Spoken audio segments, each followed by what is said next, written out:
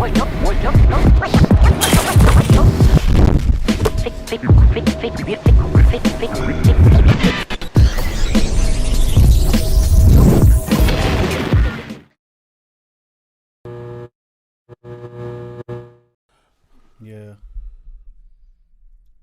Lovely. Okay. Not lovely because that's my guy, innit? LeBron got a tendon injury. But you avoid surgery, right? We evaluated in 3 weeks. Still, yeah, he's not playing for the next 3 weeks. It's March. The playoffs start in April. The way. How many games left anyway? Let me tell you. The Nuggets have already played. Keeping this in. The Nuggets. The Nuggets only have 19 games left. Like we're in the last quarter of the season. I'm about to, when he shows you, I'm about to pause and be it was at this moment when he knew he fucked up. No, he's pissed. He's pissed. Okay, ladies and gentlemen, boys and girls, baby mums and baby dads, teams that have no injuries. Wait, what is your team, bro? Bro, Clippers are injury free. Welcome to another episode of Take It to the Rim podcast with myself, Rods, AKA, hey, AKA no injury. I'm here with man like Clipper Cam. What's good? Fuel ammunition. And we got LA Jules, but he ain't shining, eh? Bro, I'm so rattled. Oh, how can I come onto the pod? The last thing I see before we jump on, LeBron is out for 3 weeks with a tendon injury. I'm rattled. But anyway, yes, I'm here. You can. So yeah, now you know why he looks like that. Oh my gosh. All right, cool. Today was a good day for the Phoenix Suns. Yes, sir. KD made his debut, and he looked very, very comfortable and very smooth. Yeah, he's one of those players where you can insert into any system. Pretty confident. But yeah, Devin Booker was smiling so much that, bro, even the Joker looks sad, bro. Like he's happy, and I hear it. I mean, they've actually got defense. Offense is not a problem. No. Like, we know Christopher Emmanuel Paul ain't making those shots right about now. He just needs to pass that rock. But no, KD looked very good. And it just seemed like a very smooth transition. So after seeing them, because when I was watching the game, I mean, it was a good win. It was against the Hornets. I was like, we were trash. Like Hornets are trash. Their arse. There's no limit. Like it's not an impressive win, but you get to see a glimpse of how they'll be, and it's just the first game of all of them together. Yeah, exactly. But I think I sent it on Twitter as well. Dennis Smith Jr., did you see his block on KD? Yeah, I did. That boy got hops. He's been jumping like that, hasn't he? Yeah, that's never been the problem. He's been jumping, but that was a very. He's done dunk contest, ain't he? Yeah. But that was a very good, like. It's rare to see KD get blocked like that. People always say he had an unblockable shot in it, but they don't account for freak athletes in it. Let me talk about this Suns game. So I got the stat now. I'll just read it out quickly so you man know. Mm-hmm. So CP3, 2 points, 1 of 8 shooting. But he had 11 assists. I told you, that guy is cooked. He flipping sucks. Damn. The thing is, Cone. He is. The best thing that happened to Chris Paul was Kevin Durant now. Like, that is confirmed. That is the best thing that happened to him. Because now he's not expected to be a 15-point scorer. He can come out and have scoreless nights. As long as you're getting 10 assists, I don't think anyone's going to care in it because they got scoring patterns. Devin Booker had a great game. 37 points, 7 assists, 6 rebounds, 33 minutes. DeAndre Ayton, I think, is playing his role. 16 points, 16 rebounds. That's what you need from him. KD had a light 23 and 6. Yep. And obviously Josh Okogie, he's not there for offense. 4 points, 3 rebounds. But I saw him make some really, really great defensive plays. Yeah, he's always been that. And he's got big shoes to fill as well, man. Like Mikal Bridges was really was the definition of a 3-and-D player for Phoenix. Yeah. And I think, you know, them already having a Kogi anyway to just slide into that position, pause, you know, play the three for them and just And be like, away we go. It's been You know, 2 minutes. play the three for them and you know, come out and really produce. Like, it makes a massive difference. I'll be honest, yeah, bro. I was watching this game and Phoenix came out like, I think they were like 12 and 0 to start the game, and I was like, Charlotte about to get blown out. This is gonna be terrible. And then it's the way in which, so like KD came out. I think his first bucket was like going to the layup. was going to the basket. After that, he got a 3, and then he starts, you know, going into the bag, going mid range and whatever. While he's doing all this, Devin Booker's playing his game as well. You know, taking the mid range jump shot. I'll be honest. There's the right side of the court. They both like shooting from there. Yeah. In the mid range, like they love that shit. Chris Paul even got involved. His only 2 points came from a mid range on the right hand side as well. DeAndre Ayton, I saw him get at least 1 block anyway. But he's gonna thrive off the fact that Kevin Durant is there, because now a lot of expectations have been lifted off of him. You know, I think him being the number 1 pick, them needing scoring with Chris Paul not really being able to produce for them, I think he can now just go into the role of being like, yeah, I need to grab these boards and get at least 15 points a game, and I think we'll be okay. Yeah. And I'll be honest, that's really what it is. You've got Devin Booker, who clearly is not hindered by Kevin Durant being there, scoring 37, who I think is going to easily average 26, 27 for the rest of the year. You got Kevin Durant, who's arguably the best scorer of all time. And when we talk about the ways in which he scores, like, they're not limited. I thought Phoenix were gonna you know, really have to take a second to get used to playing on the same team with each other, with Devin Booker and KD, because they like to score in similar ways. But obviously it was one game and it was Charlotte. But just watching it, I saw Kevin Durant when he first got to Golden State, and that took a little bit more adjustment. It didn't really look like they were in that situation, because it's not a case where there's X amount of scorers in that team. There are 2 clear-cut scorers, and everyone else just needs to get theirs whenever they can around that. And that's what's happening, bro. That's what's happening. I'll sound it off, and I think I said it in our chat this morning. I'm worried. I don't like the Suns. I don't like KD. Shock. But this could potentially work and be a championship winning. Yeah, this could be a championship winning team. I mean, you spoke about how seamless the transition was from minute 1 in this offensive game. I mean, like, KD came in, like you said, hitting that mid-range pretty early on. I mean, he got that layup, then he was hitting his mid-range, hitting his threes. I mean, he's someone, when he's on your roster, you've always got a chance of a chip, because he elevates your score and he elevates everything you can produce in clutch moments, in big games. And him paired with Devin Booker, who has been one of the best players over the last few years, in terms he's got them getting the Suns to the NBA Finals, then the next year to the Western Conference semis, if I'm right. But really getting this franchise, a franchise that was down in the dirt, alongside of Chris Paul, back to the top of the Western Conference. Adding KD is a problem. Right? He's someone, I think he's at the age he's at right now, he can transition into any team in the league and do what he needs to do. He'll make it easier for them to win. He'll make it easier for Devin Booker to win. He's someone that knows he needs to win a chip. He's not out here trying to get scoring titles, MVPs, all that defensive player of the year. That's not for him. He just wants to win. And he doesn't mind if Devin Booker goes off, drops 37 like he did yesterday. If they win, that's all he cares about. And I'm looking at KD going there.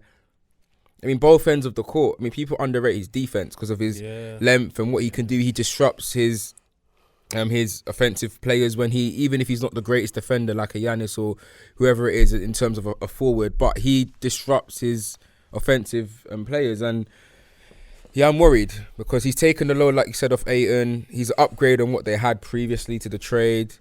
And I don't know how a team in the West stops them if they're healthy, barring the Lakers. You know, even to kind of add to that defensive. I can't believe you just said that. You're taking the piss. Taking absolute No, the fact I have to laugh after that is, so even defensively, it helps out Ayton as well because that's another shot blocker there. Yeah, man. Because obviously Ayton's there, but KD defensive. He be blocking shots though. Mm-hmm. So KD standing next to KD's taller than Aiden. These 6'9" lies that he was telling, I cannot believe it, bro. yeah. But I think I remember he said that he done it so he can be listed, as a small forward. Yeah, like, I mean, it doesn't really matter. they don't talk about it now, innit? But I'm telling you, that man has never been. I don't think he was ever 6'9". Even when he was a child, he was never 6'9". He's taller than Giannis. He's taller than everyone, man. He's taller than He's Giannis, and fucking Giannis is tall, 6'11", bro. I think if they actually measured Kevin Durant and he stood up straight, I reckon KD's probably about 7'1". No, wholeheartedly, honestly, bro. I even think in just flat barefoot, bro, he's 7 foot, bro. Nah, yeah, legit, bro. Go look at him stand next to like the other team centers. Now he's playing the 4. You're gonna see it a lot more noticeable. Yeah. He's taller than near enough everyone he plays against. It's mental. It's true. So yeah, adding that defensively is going to help out Aiden as well, with obviously blocking shots, getting rebounds as well. And they got a nice 2-man game going as well, because like you can pull up from the mid range, you can dump it off to Aiden as well because he's looking above everyone. And Aiden can even hit. He's been hitting like a good few mid range shots. Yep. So he's kind of worked on that. You can see the effect as well. So it's nice, and it's just a thing where he knows defensively it's not going to be a waste of a defensive position where he's going up for the block or disrupts a shot and they don't get a rebound, or like it was happening obviously with his ex and that. But Huh? yeah, with his ex team. Not for you. But now it's a nice system. So the thing is, it's only one game, so I'm not gonna say to be worried right now, because the Hornets still stayed in the game, as trash as they are. Yeah, They at still times. stayed in the game, and they don't have scorers like that. A lot of that is because the Suns gave up their bench players, though. Exactly. You know, I say their bench players. Cam Johnson was a pretty key player Vital of them. piece. Yeah. Like having Campaign run around there now and be like pretty much the best player in the second unit. Like it's not. TJ Warren's there as well. And I think it'll take a minute to get used to it again. He used to play for Phoenix, you know. Yeah, I remember. He might have got drafted by Phoenix actually. Yeah, it's back. Yeah. So I mean, something I want to ask whilst you're on because I've got two things. First one is this, are you as worried with this Suns team as we were with the Warriors team when Nope. KD went there? no. If yes, if no, explain why. No, Why no? nowhere close, because first of all, he doesn't have. Yeah, so I'm not worried. I'm not as worried like it was with Golden State, because when he joined Golden State, as soon as that announcement came out, I already knew no one's winning the chip at all. Is them. So we'll just see how quick it will take them to win the chip. Yeah. Secondly, he wasn't paired alongside the best shooting backcourt in NBA history. That's true. Steph and Clay, who were on form, Yeah. threats, running round. Yeah. Is Tom and Jerry, but he ain't catching Jerry. So it was long. It's long, so you have all that, like, and then at that point, Draymond was really asserting himself as the defensive player and playmaker as well. That's happening. And Iggy was still an issue. Hit clutch shots as well. Plays his role.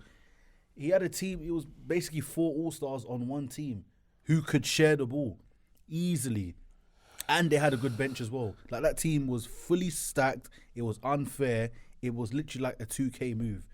Literally exactly like that. So it's like, crap.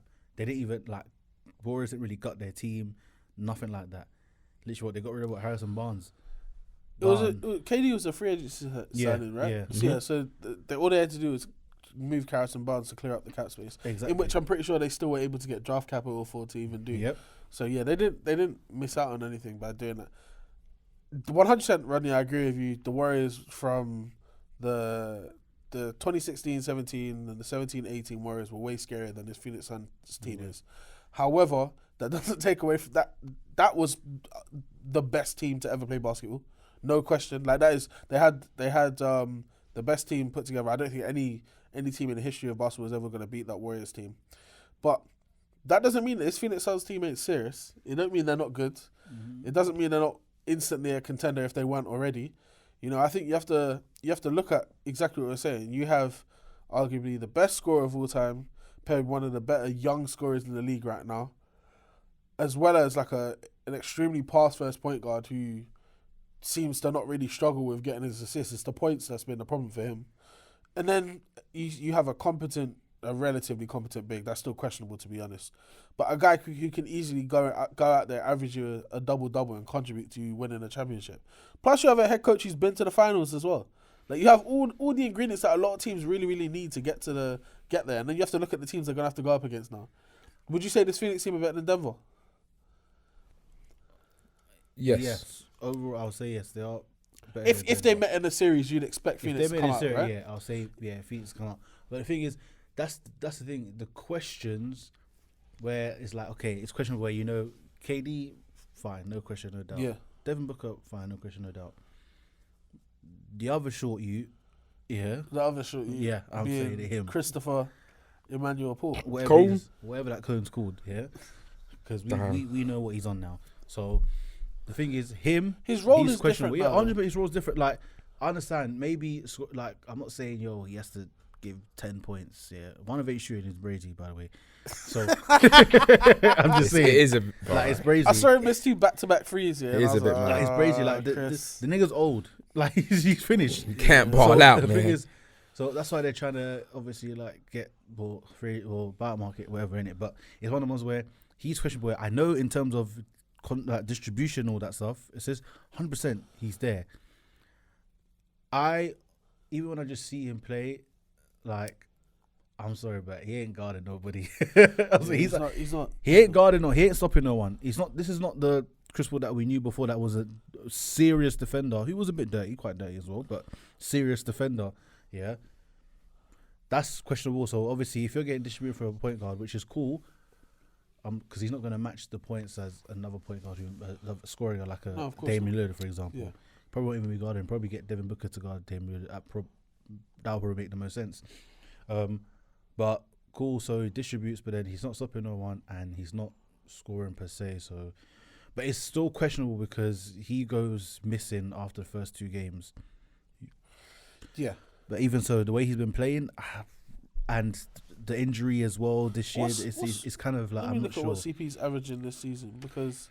And then DeAndre Ayton, he's okay. So. I really don't know why Phoenix went through that whole situation with him though, where they were almost beefing to the point where they didn't know if he was good, if he was worth having. What, Ayton? Yeah, Chris Paul's averaging 13.5 and 9, by the way. Like if he continues that, I don't see why they went. I mean, let me drop a couple. That's gonna go down now with KD being there. Yeah, so, everything. But it's just Ayton is like, he'll thrive. I think he'll thrive in this. I don't want to put a question there now, just because now they've got KD alongside. I think this is the kind of green light for him to thrive even more. Where is it? You're not going to yeah, but it's one of the ones there because if Ayton gives you 20 and 50, you're going to say raw. Yeah, I would. You're going to say raw. When you said that, I just that's what I'm saying. You see what I mean? Yeah. You're going to say raw, 20 and 15, my guy, sort of thing, innit? You know what I mean? But like you said, like, he's done what, 16 and 16. You're like, yo, he plays really done well. Like, if he's getting you double-digit boards. And he's getting you 15 to 20 points. Between 15 to 20 points. You're like, that game was an anomaly though, because do you know who started for Charlotte? Mark Williams. Okay, and that's why I got 16. 100%. But and to be fair, Ayton's better than a lot of the centers in the league. Yeah. So, anywhere between 12 and wherever, 12 at the minimum is what he should probably be getting close to now, because he's not having to commit himself on the offensive end. Like nowadays, he's like, KD's taking shots, Booker's taking the shots. Go box up. That's the thing. And go box up. Go get me a board, man. What's going to be so easy for him as always, and he's going to get a lot of points this way, is picking up with KD, because off that screen, more time, defender's going to go over the screen. Yep. Help isn't really going to drop. Yep. Like that, and that's now KD's raised up. He can take that shot if he wants, but he'll be like, I don't feel like it. Boom, Ayton, bam, finish. Yeah. Because then if help comes again, that's an open shot already in the corner. That's long. So that's why I'm saying he will thrive a lot more, because now there's so much attention on Devin Booker and KD, who aren't selfish as well, and they can make the right pass and the right play too. So through that alone, the pick and roll, if it's Devin Booker and Ayton or KD and Ayton, is going to be an issue, it's going to be a problem easily. Even with flipping Chris Paul as well, where he's just going to lob up to him, he's going to go and get it. So that's why with Ayton, cool. But Chris Paul, if they don't win the chip, it's because of him. I'm just saying that now. If So they don't win that was the question I was gonna ask, because I had two things to ask. The first was, like, obviously we saw where Phoenix were going Yeah.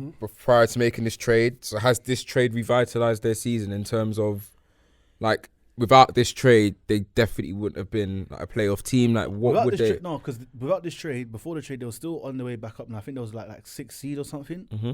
So yeah, about 6th seed on the way up. So there was around there. So But they weren't gonna win the they- chip. I don't think they was going to win the chip. I think if anything was going to happen, if Chris Paul decided to take a dip in the pool of youth and that, then in the fountain of youth, Listen, just If become he- a yeah. different person.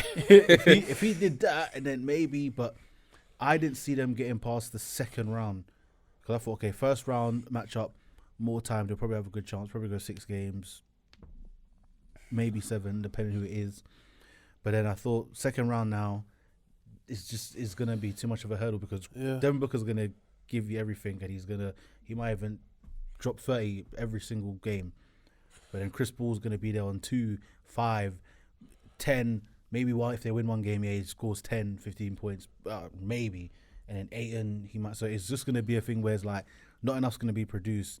Obviously, But Mikal now- Bridges, yeah. But now it's like, alongside Devin Booker, because if he goes off and KD just literally just is just at the side there and gets his own 25 plus points, playoff, he might even go for more. So it's championship calm. or bust then, isn't it? Oh, they didn't. Yeah, it's championship or bust. They didn't make, Has yeah, to be, that's innit? it, yeah.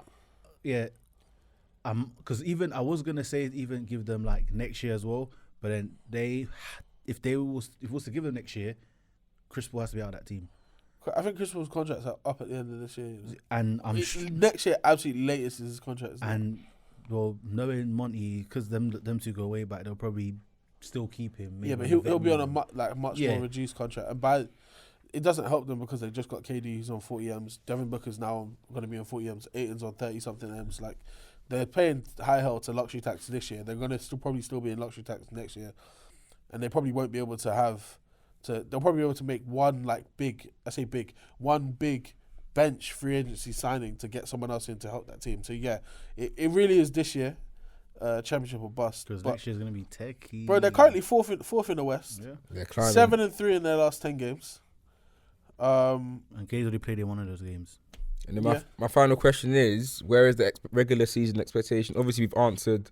Top four has to be. We've answered. I mean, postseason. But in terms of regular season, not even top 4. Where will they finish? I think they'll finish third. How many games are they behind the Kings? 3, 3 games. Well, they're behind the Grizzlies. 5. I think they'll finish either 4th or 3rd. Well, you think they can't finish higher than the Grizzlies? I think they can catch them. If they all There's only 19 games left. Like, a lot of teams are Okay, if losing there's That's not- a yeah, lot, so yeah. this season. dependent, yeah, I think the Grizzlies probably dropped from but from the Kings to the Grizzlies, so was that 2 game? 2, yeah. Okay, so I think Grizzlies probably drop. So I think they'll finish 3rd. Mm. Just 'cause I The think- Suns, you're saying, finish third. Yeah, I think Suns 3rd or 2nd or 3rd seed. I will call 3rd. I think, like yeah, you second said, or third, 5 just games because- is a bit. Yeah. Yeah, I say 2nd or 3rd because I think Grizzlies I don't know what's going on with them, so I think they're gonna slide. And obviously the 5 game, and I think Kings and the Suns, they're just gonna keep winning games. That A they lot of both it got is a to good do rhythm. with the kind of lineup. Like, so the Suns are playing the Mavs this Sunday.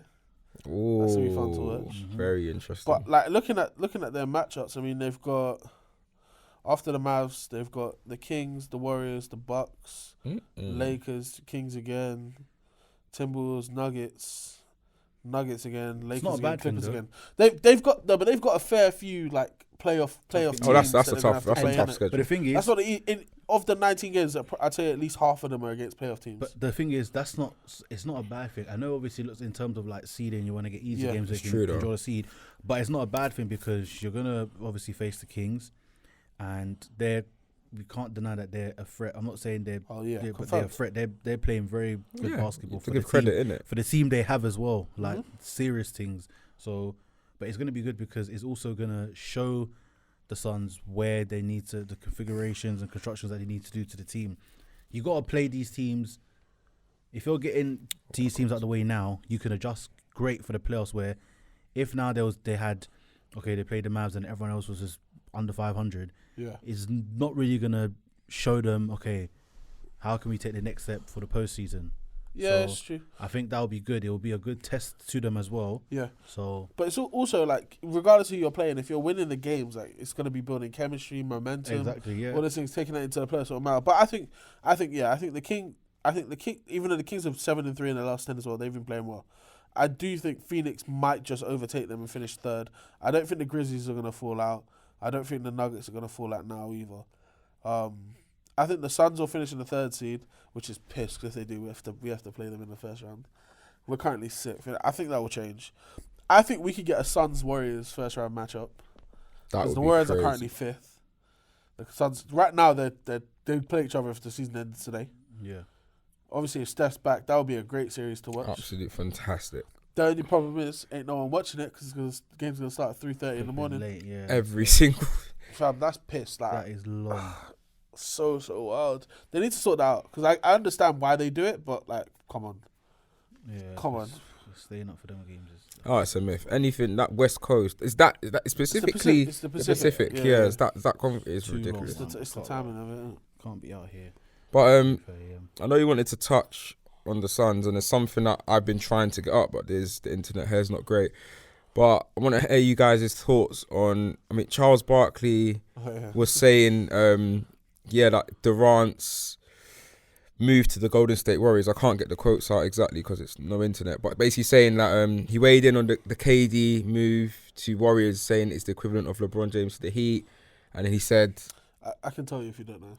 So he was making like a massive point about how he was saying how apparently LeBron said that he only really got respect from the old heads once he won a championship without Dwayne Wade. Without Dwayne Wade. So he was saying, Charles Barkley's point was that, okay, KD, this is like, I don't know if this will even count really if you win a championship. Like, will this count as you winning a ring? Like, it was expected. I think Brooklyn was his opportunity to do that, and I think that's what Charles was trying to say.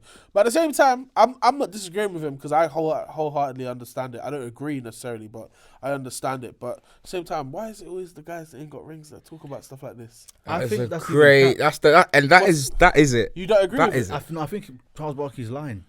About what?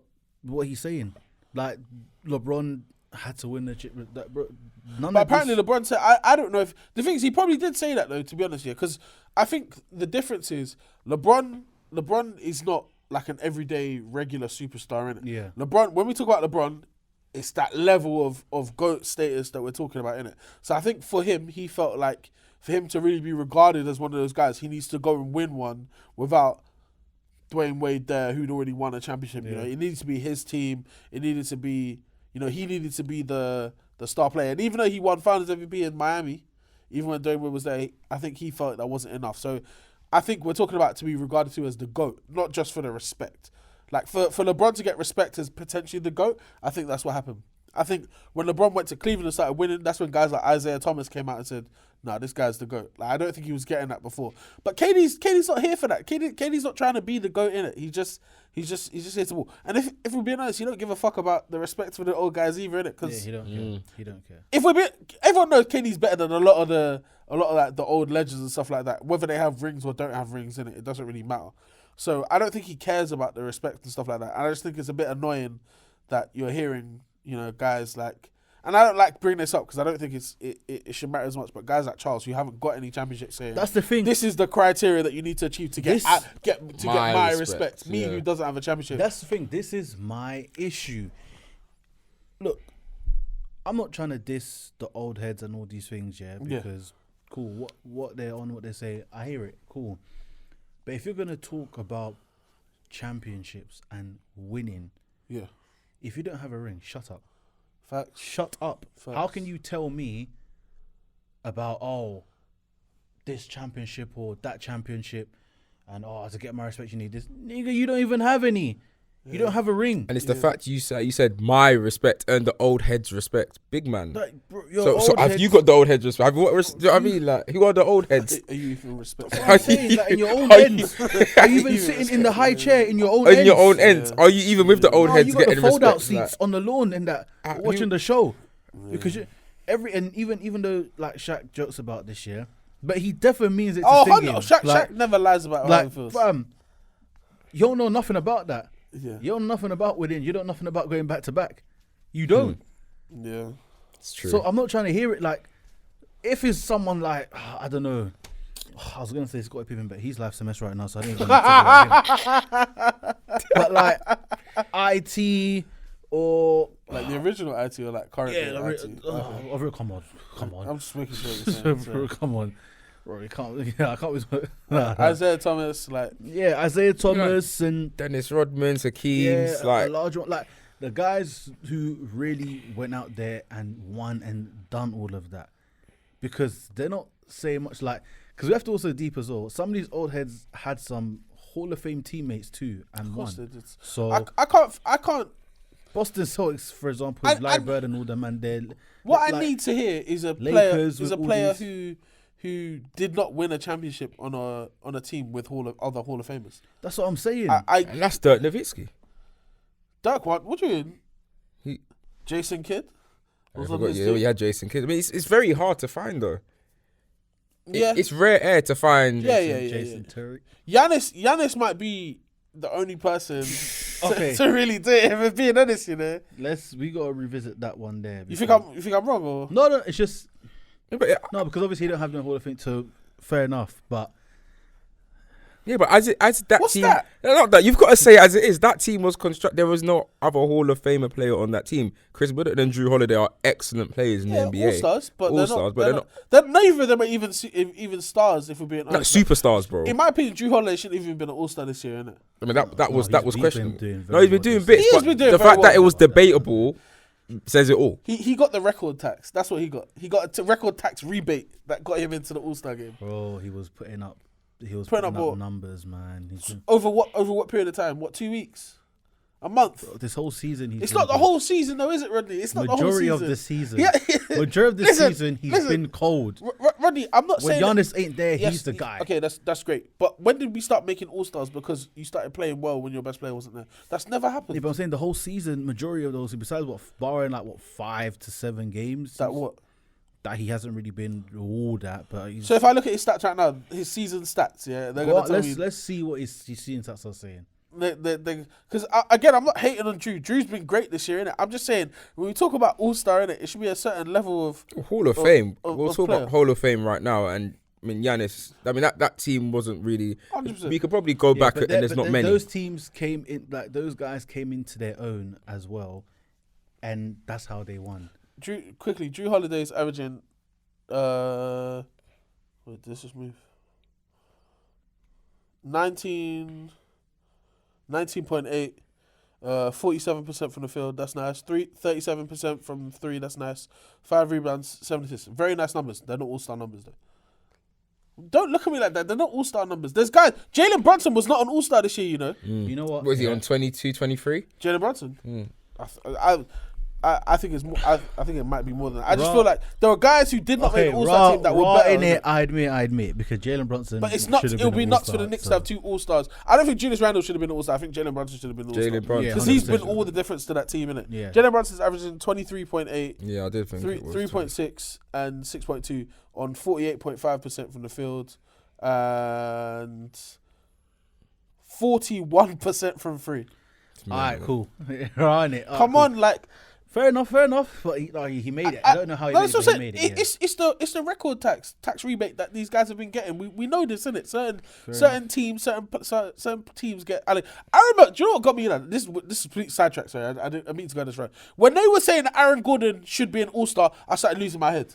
I said, because where's the line now? What's going on? This is worse than when Atlanta had 5 all-stars. That was ridiculous that as was well. ridiculous. It's giving But it out, innit? But This that's is when not- that's when the nonsense started, didn't it? This is not a team award, did it? You understand? It's true because Everything nowadays, every award that gets given out nowadays, people start talking about team record. They can't all be that. They're individual accolades, bro. yeah.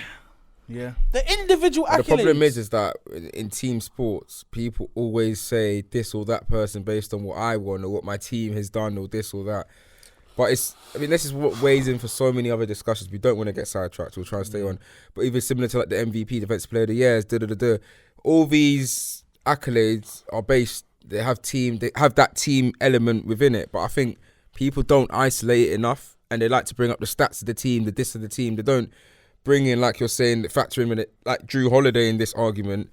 Yeah. You clearly said here that he's been playing better without Giannis. It's not about him being better without. It's about him being like with Giannis, is he an all-star as an individual? Jaren Jackson as well probably shouldn't have been. He should have never been an all-star. This is what I'm talking about. Then. He probably talk about Paul George. He should have even record tax, bro. He should not have even attended all-star in street This clothes. is the record. He should have been outside. He should have been watching on the TV. This is the team record tax rebate that we're talking about. That's what I'm talking crazy. about. Because what? So you're telling me that Memphis had 2 all-stars, Sacramento had 2 all-stars, Dallas had 2 all-stars. Yeah, that one was obviously because of trade. That one's a bit, Of course, but of course. still, but yeah, like even Kings, Jaren Fox, I can because He was an alternate anyway. yeah. So It's just getting out of hand. It's getting ridiculous, isn't it, man? It's getting ridiculous, but yeah, yeah, these old heads, man. I can't lie. Like if you haven't done it in that sort of fashion, I ain't trying to hear it because a lot of these guys had Hall of Fame teammates. Not a lot. Near enough, all of them did. And they think and the thing is, they're not the ones who are even chatting the most like that. Yeah. It's the ones that are ringless. It's the ones who were ring chasing at one point. Charles Barkley was ring chasing. At one point, He was ring chasing at one point. So like, I'm not trying to hear it. So, and even some who do, or not even sorry, just Shaq who's a bit, but he likes to be proven wrong. So I hear it. I don't mind. This is the last one I'm going to say on this. The reason that this gets me annoyed is because a lot of guys get drafted into very fortunate situations, innit? Yeah. Like, and no one really talks about that, innit? Like, Charles Barkley got drafted to the Philadelphia 76ers when they had Moses Malone and Julius Erving on the team. Like, and Maurice Cheeks as well. That's a crazy team. I don't even know how they ended up so bad. They must have had someone else's pick to even get Charles Barkley. I don't even know. But I'm just saying, you get drafted in very fortunate situations, innit? Yeah. Where you don't need to make trade requests and free agency moves like that because either the team builds around you appropriately or they had a lot of talent there already. Yeah, and to be fair, KD's situation wasn't too because that team that he was in, but they were young. They were very young. So. Yeah. But it was still decent. But then they messed up with James Harden and all that stuff and didn't pay him. So that's. It's just mad to talk about him like this. Like every team he's gone to, he's asked for a trade. This is the first and only team that he ever requested a trade from. Every time he was free agent. Golden State was free agent. He can go anywhere. Similar to I mean that's really it, isn't it? Golden State and just this in his career. Yeah. So to be fair, he got traded in Brooklyn as well. But again, like that was a mutual understanding that. I mean, like in his career moves, it's OKC. He got drafted. He left as a free agent to Golden State. But then from Golden State, he got traded to Brooklyn. Oh, yeah, he got traded. That was a signing trade. So even that, that was a signing trade. A free agency. Exactly. Yeah, signing trade. That's what I was going to say. So that was a signing trade anyway. And then this is the only actual trade within his contract. Yeah. This was going to... So people talk about, obviously, Goatman LeBron. Again, we want to keep this swift. About never always fulfilling his contract. This is the first time KD's not fulfilled his contract. Yeah. So, yeah. But overall, old heads like... But the thing is, it's always just Charles Barkley, so... He just needs to just relax. He likes to talk in the group. Does this group even exist? Who is this group? So yeah. That's the thing. I ain't seen those receipts. I ain't seen those guys say anything either. So until they start saying stuff, I'm trying to hear it. Even when they say stuff, tell them to talk to me and I'll tell them to shut their mouths. Tired of these old men hating.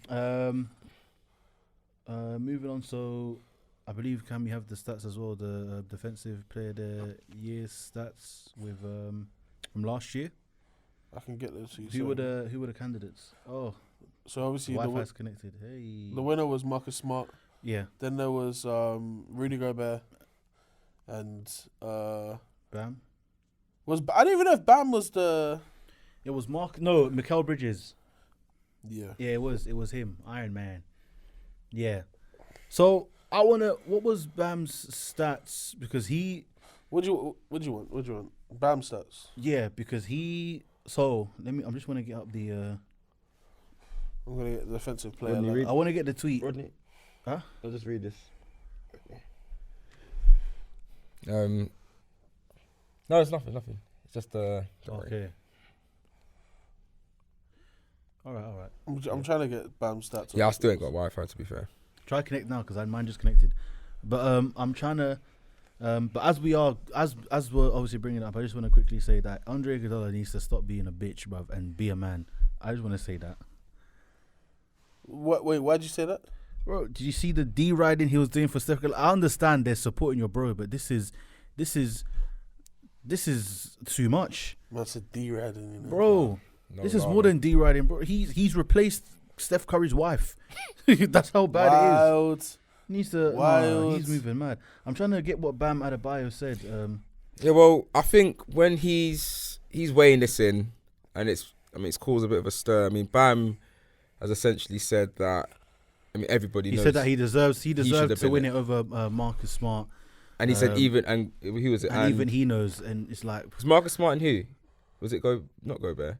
so the candidates was actually Mikal Bridges and Rudy Gobert. Yeah, and so he said Smart. Marcus Smart and Gobert both know that, and then obviously we've seen it's not It's just, Gobert. I can't We've lie. seen Marcus Smart's response. Yeah, I got Marcus Smart's response. I'm trying to is Bam's one that I'm trying to, but he just basically said that, and it's like I don't know, man. Bam. I'm not saying he was cheeks, but bro, come on, Marcus Smart said on Bam saying that he should have won it over him. He said literally, Bam, come on, man. Me and Bam both know that's a lie. Yeah. The things I was doing at the time at my sides was different. And last time I recall, Bam, I blocked your shot as well. That should let you know everything you cheeky. Need to know. It's very cheeky. I didn't see that bit. Funny. I only saw the what? And fam, it's one of those where do you have Bam's defensive stats or his stats for? Let me sorry. Or yeah, just because the thing is, I'm trying to see because Marcus Smart, he was a problem. He was a problem last season. I personally thought it was going to be Mikal Bridges because he played every single game and he was doing bits on defensively. Like he was literally the only reason why the Suns basically stayed alive. Well, one of the reasons why they stayed alive because he was doing a lot. But when you're chiming into this topic, and this is the major thing, you're saying Bam or Marcus Smart last season for defensive player of the year. And the thing is, but Marcus taking Smart, unfortunately. Yeah, because Marcus Smart, he was playing good defense on the perimeter and guards. I know he was.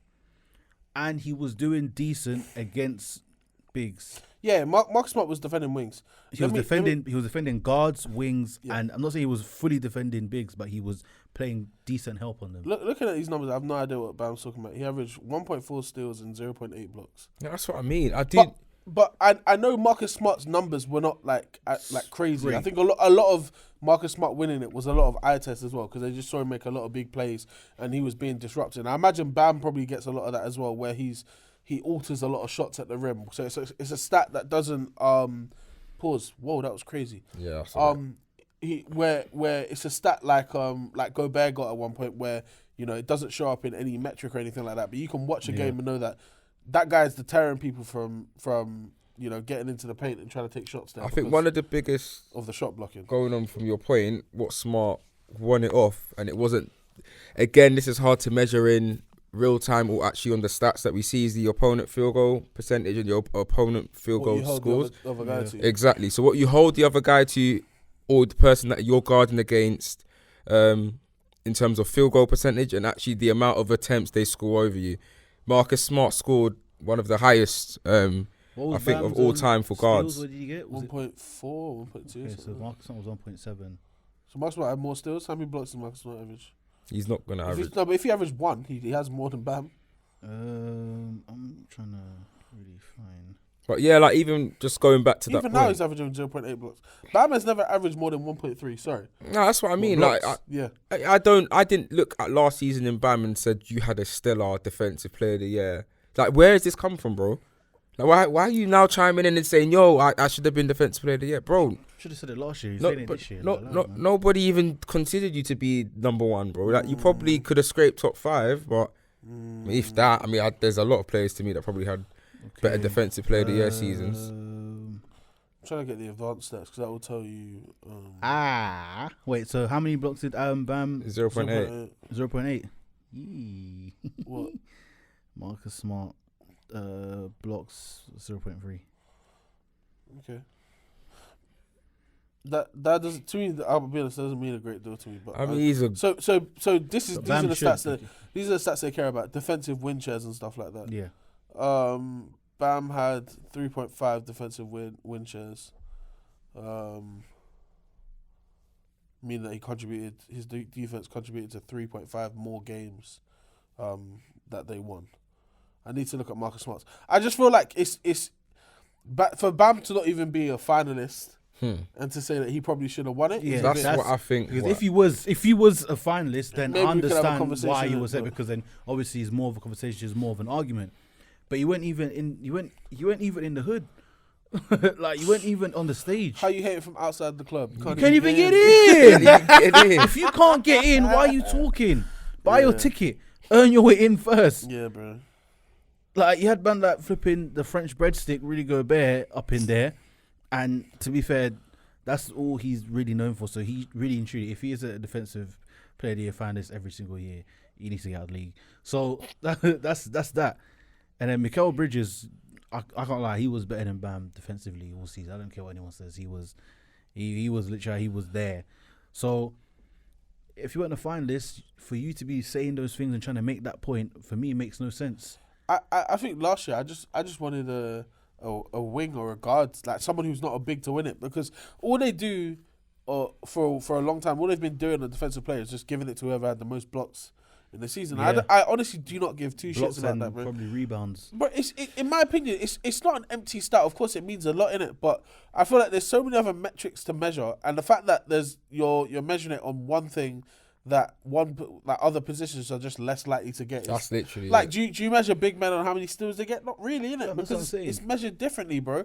Like, I think when we talk about defense, innit, yeah, I want the person who wins the defensive player of the year to be someone who can switch out maybe 1 through 4, 1 through 5, or 5 through 2, whatever you want to call it, innit? I just want to see you defending multiple positions, sliding your feet, staying in front of him, not committing crazy amounts of fouls as well, and affecting the game. Like, I don't think it's fair that you just give it based off of the stats, innit? And I think that's why I'm not mad that Marcus Smart won last year, because a lot of Marcus Smart's impact that he has on the defensive end does not show up in the stats columns. It just doesn't.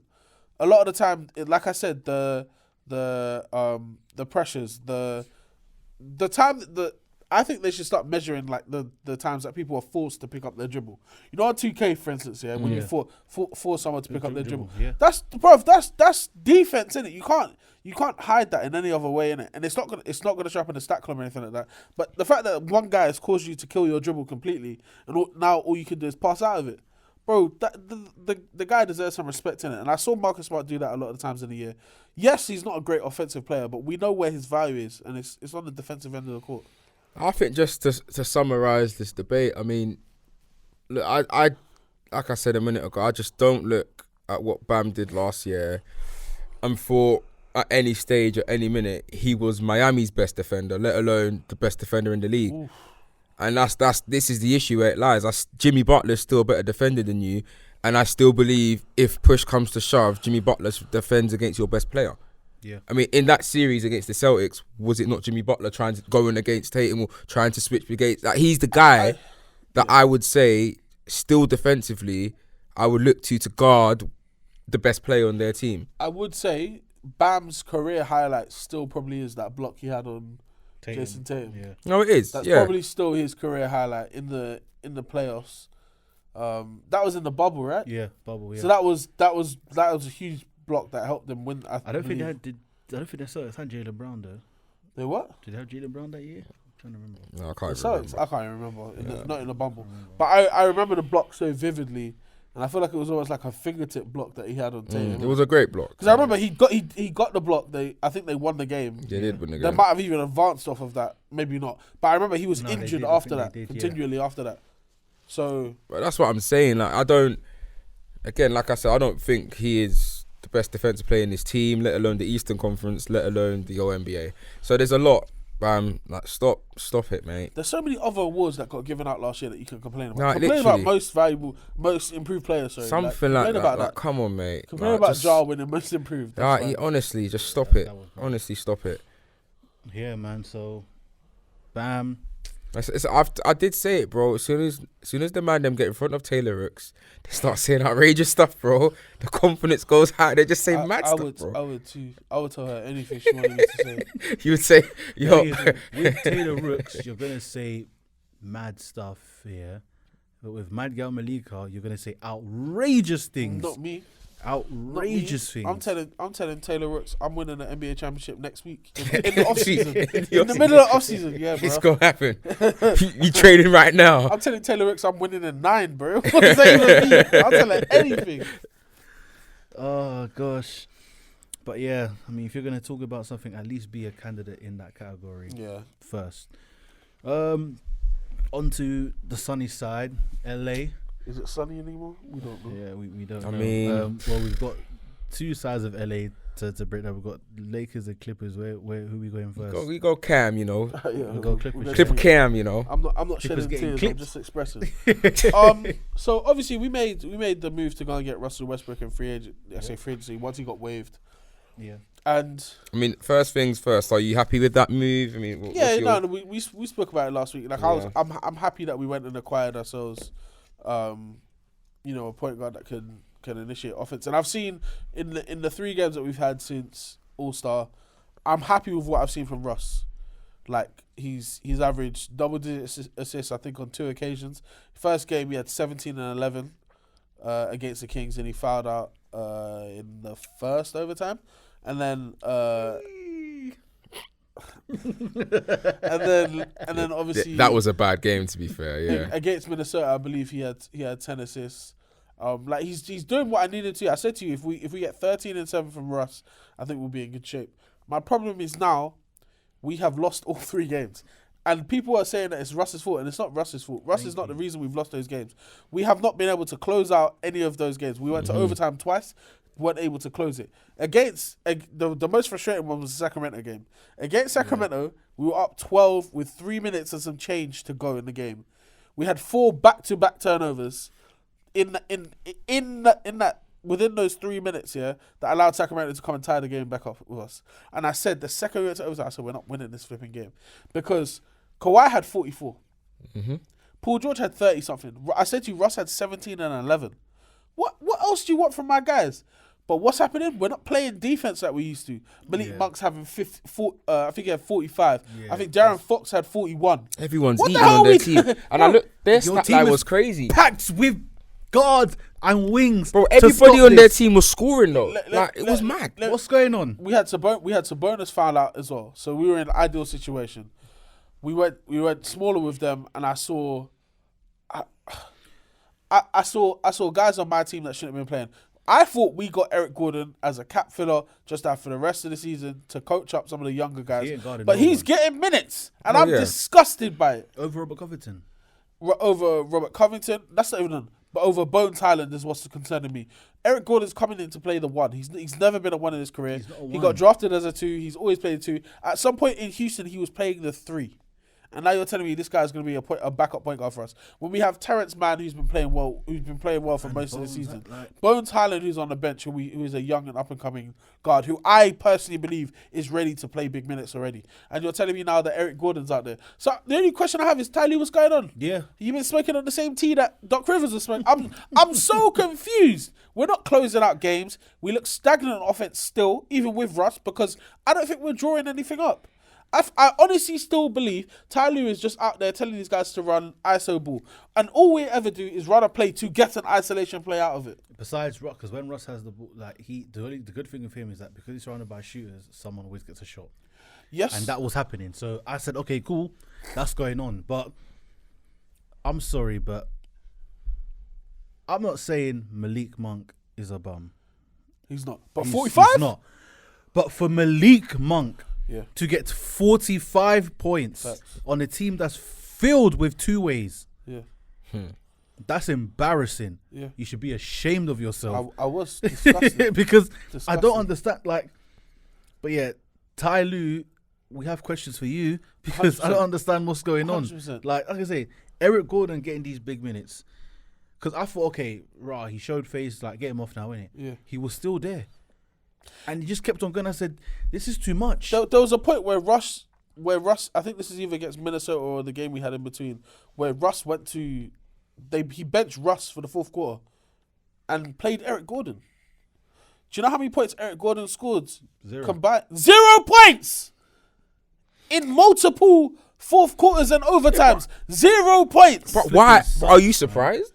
What? I'm surprised he's playing. That's the I thing. said to you, There's no reason. when we got him, he said, no I was certain we were doing it to free up cap space for next year.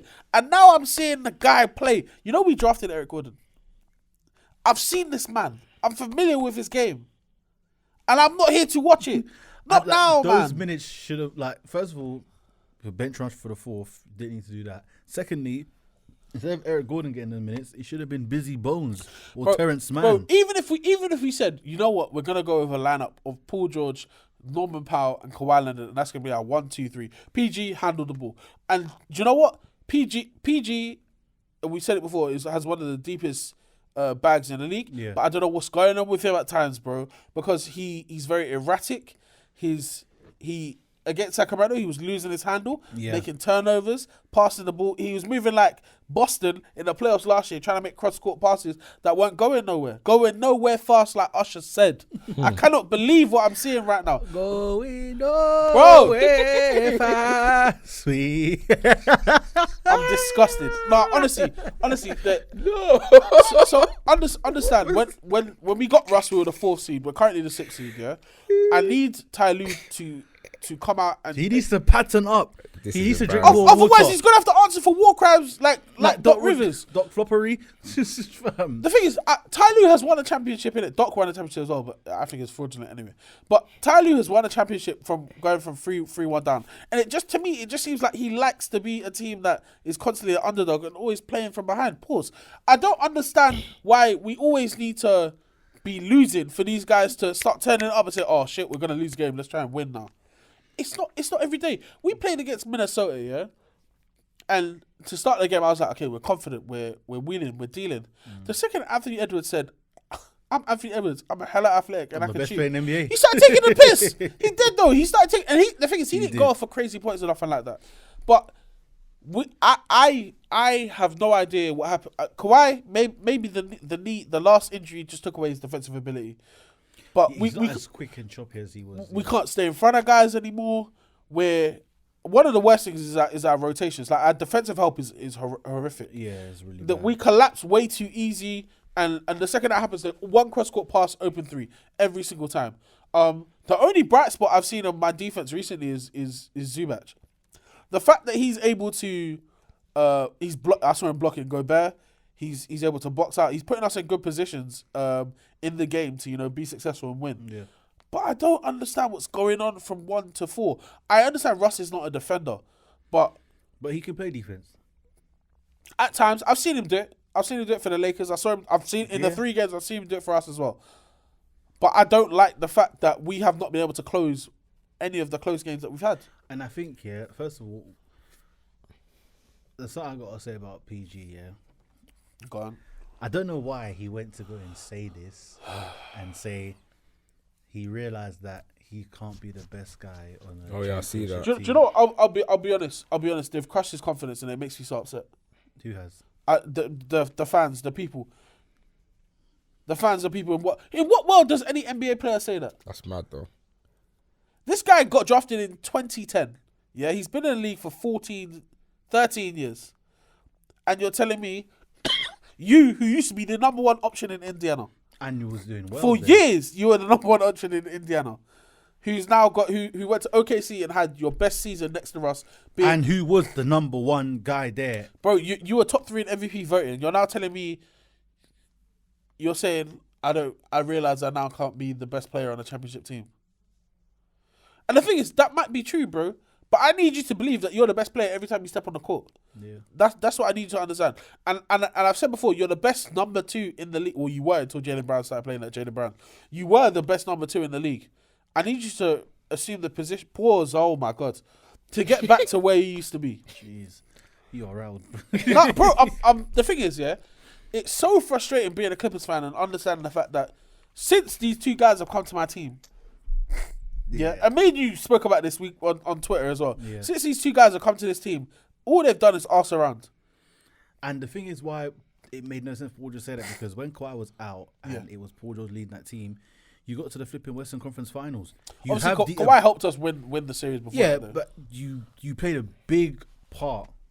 Yeah, exactly. That's what I'm saying. So it's like, I don't know. Yeah, his confidence is like it's been I don't know what's happened. crushed. I don't know what's happened, And honestly. Kawhi is like an absent father. He ain't there to take care of him. That's not what he's ever done, though. Have you ever seen Kawhi put his arm around anyone? Yeah, he don't care. I think I'll put my 2 pence on this Clippers team. I think it's tough when you guys are so wing heavy. Yeah, because Mason Just- Plumlee, I can't lie, that was. I mean, it's What was an the point? awkward roster you've constructed I now. think that's whoa. With- Wait, Let me land. Wait. Awkward. Why? What getting Russ with awkward? No. I'm gonna chime into Go a on. few bits about Russ afterwards anyway. But I think the way it's constructed right now, I don't think Paul George has that same confidence that he had a couple years ago when he signed. Because what? I just don't like from what he's even saying. I just don't think he believes this is a championship winning team. First of all, Cap. you're Cap. being disrespectful. No, I don't cap. think he He- believes he- it. No, I'm not saying I believe I that. think he didn't say that. No, but I'm He saying didn't say the that. attitude and the way he's talking right now is not the same he was talking a couple years ago when he had that he said it's what I remember him saying is him and Kawhi is 1A and 1B. Yeah. Now it's this whole secondary role. It seems like he's just diminishing this roster a bit, and I don't know if he believes this is the championship winning team or the best winning team. I think a couple years ago he looked at your roster and thought this is the best roster in at least the Western Conference, whatever it is. I don't know if he has that same belief. And before we move on, it's just come out, a lot of the NBA execs don't fear you. That's fine. Don't fear us. That's Don't fine. fear you as much. Don't And they've fear talked us. since the Westbrook Don't trade. fear us. Just to even add to that as well, yeah. If he don't think he can be the best player on the court, and if your best player is not always there, right, and you're mostly available, more available than him, Barely. barely. But if you don't think that, what the flip of your teammates gonna think? Listen. Julian, I'm gonna address what you said. Don't listen to the white man propaganda. No, I'm not. No, because that's what it is. They've been telling lies and deceit about Russ for years. Yeah, they have. they don't. It's like him. disgusting because every single player that plays with, near enough every single player that plays with Russ will go against anything that the media say, the execs say, Even whatever. KD flipping. They're talking big bullshit, bro. Don't listen to that. No, I'm putting up the point. I know. I definitely I know, don't agree. I know. I love Russ, bro. I know. Listen, I get what you're saying about, like Paul George might think this, Paul George might think that. I just think his confidence knocked. However, his confidence might be knocked, and he's missed a lot of games this season. He's still nearly averaging 24 points. He's the lead scorer of that team.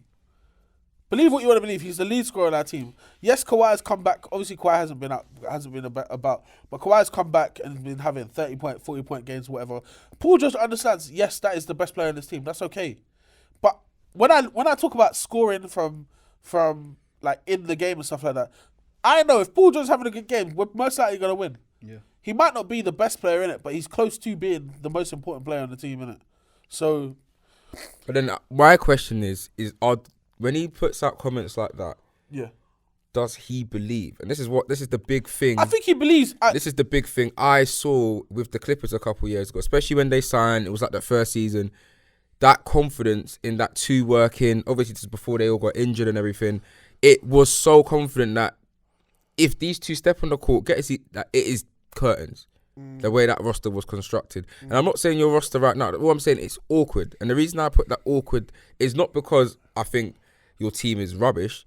I just think the way things have been in terms of like the availability and the way that it's worked out, and it's like just when you're getting good, someone gets injured, and it's not just blaming the injuries, but it's like then it's like, oh, someone else goes, then you haven't got the right piece to get this center is injured. All this, I just feel like it's been a lot of the way I want to put it, it's been very awkward since that initial since they joined together. Mm-hmm. And I think most of that is down to injury, which it is. But I just don't believe Paul George has that same confidence in saying what he said there compared to when he signed. We'll see. I don't think you're completely wrong, because obviously the whole pandemic thing happened as well, and that definitely everyone, like he says, that's like a massive knock in his confidence and everything like that. And I saw last year that he was pretty much the same guy he was before. I still have full faith and confidence that Paul George is still a very, very good player. Of course, he's still a star in this league. I still think you're an outstanding team though, if you're healthy, and this is the big issue. I mean, if you guys are I don't healthy, even think, okay, that is an issue, but so it's one of the big issues. But I think Not that it's not a major issue, It's not the biggest problem. but the real problem is coaching and the rotations. That's Yeah. becoming That's- embarrassing. I'm That's a starting to very question. big I'm problem. starting to question the work rate that some of my guys are putting in. I feel like it's impossible to be as talented on paper. This roster should be cleaning up. Because we have more than 10 guys available every single night that can come in and contribute to a win. Most teams don't even have 9. And I'm telling you, our roster might go 13, 14 deep. And it can easily as well. We've got guys in the G League because we've got too many flipping players on the team. It's just extremely frustrating from a perspective of a fan, innit, who understands how good this team should be, how good we can be. And it just seems like we haven't put together. Do I think we will? Yeah, I do. I still think there's enough time. I think if we can really lock in these last 19, 20 games and come out of it, if we can go 14-6 in the last 19, 20 games, if we can go 14-6, I think that will build us enough momentum, chemistry, morale, all of the things that really, really matter when it comes to getting to the playoffs. I think we're going to be very, very tough. I think we're going to be tough to stop regardless anyway. I just don't want to see us dropping into that play-in conversation. We're currently 6th. You know, we're knocking on the door of the play-in, innit? We're also knocking on the door of the 4th seed, innit? But I don't want us to go the wrong direction. Now is not the time, man. Yeah, you don't want to be there. Yeah, I think you're to be fair, like there's bits that you guys can do, and I think within what you've got, definitely playing Eric Gordon for fourth quarter clutch. Yeah, it is that just needs to ludicrous. stop, man. That's- That I needs think to that flip I it. think that's ludicrous. Tyler experimenting, trying to figure out the rotations He of the needs to roster. stop But experimenting. that's not Just the one. keep it with Plumlee, Busy Bones, Norman Powell if he starts or if he not, Covington. Batum's still there. Even Batum, I can't lie, his value is I've seen Batum hit massive big shots this year, man. Like huge shots this year. Yeah, but I'd rather any day of the week, bro, be seeing Batum closing out a game and getting Eric minutes Gordon. than Eric Gordon. Yeah, fair enough. Like, Fair enough, fair I enough. think the way your roster is constructed, like I've said, there's enough things for you to get the business done. Like you shouldn't really be in the 6th seed, like within that mess of the play-in, all of that. When you've got a good enough roster to just be clear. I think for me, the only redeeming factor from this is that at some point, I think Kawhi's gonna crack and like start losing his shit Do you reckon? at the team. Yes, 100%. Because bro, we lost 2 back-to-back games in overtime. Mm-hmm. Yeah, against the 3 seed and the number 1 seed. So we're showing we're fully capable of beating these teams because we're going to overtime with them, meaning we have the same points and stuff like that. We're keeping up with them, and sometimes we're exceeding what they're doing as well. It's just the final moments. It's not clear in it. It's not clear. Also, I want to let's talk about Sacramento. Russ fouled out. Paul George was on a bench restriction, so he didn't even play in the overtime period anyway. So it was just Kawhi there on his own, who played 46 minutes.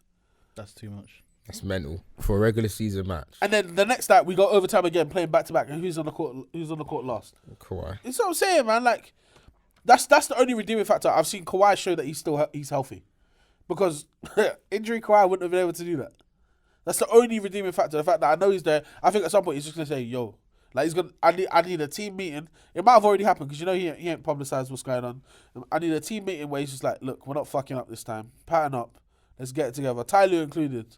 Like lock in. Let's sort this out. Let's get going. Start winning some games. And I know we have I know we've still got a lot of divisional games to go. Yeah. Where we still got to play the Lakers, the Warriors, the Suns. Over the next few, like we got the Warriors tonight, then the Kings.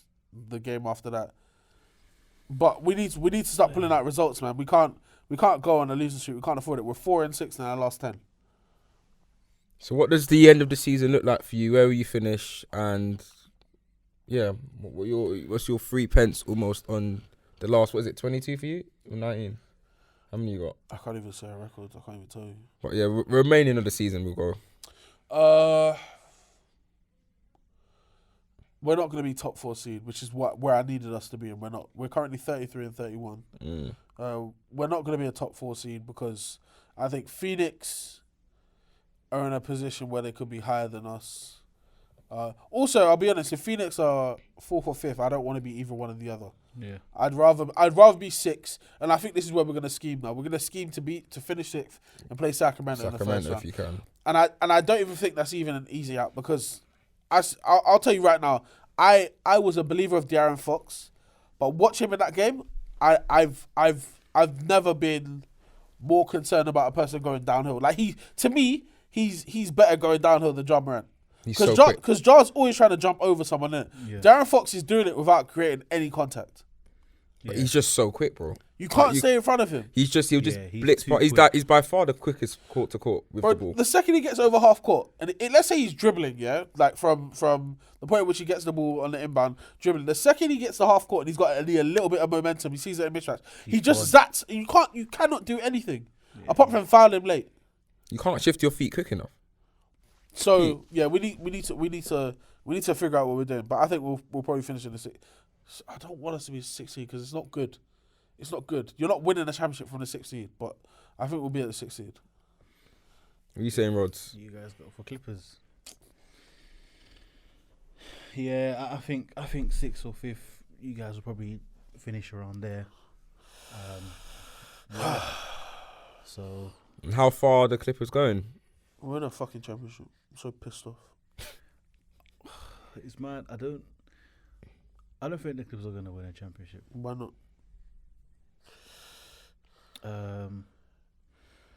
I think a bit of health is one. Hating niggas ain't happy and happy niggas ain't hating. Just letting you know. No, this is facts because in the last few postseasons, have you guys been healthy since when? So that's a track record. Consistent. That's the one thing you're consistent in. It's true. So I can't take that out. I have to consider that. I know they ain't who I think it is. I know that ain't who I think it is. It ain't him. But there's that, and then I think after that, I think Ty Lue is gonna be the reason why he loses. I think the rotation he's gonna put out is gonna be stupid. I feel like he's gonna give Eric Gordon some minutes in the playoffs. Yikes! And if I see Eric Gordon in the playoffs, you guys you've lost. I'm saying now you've lost. I'd rather that you flipping get Terrence Mann and Busy Bones. We actually don't need to play Eric Gordon, man. We don't. Like, he don't need to be touching the floor. He shouldn't be in the touching places. that playoff roster, to be fair. He You shouldn't. shouldn't be touching the regular season roster. You don't need to, yeah. So those things hold you back, and then once if your rotations are bad, and Ty Lue don't really coach you guys well, it's not looking good, bruv. It's not looking good, man. And it's annoying because there's so much potential that you guys have, and it's just because literally, if everyone when you go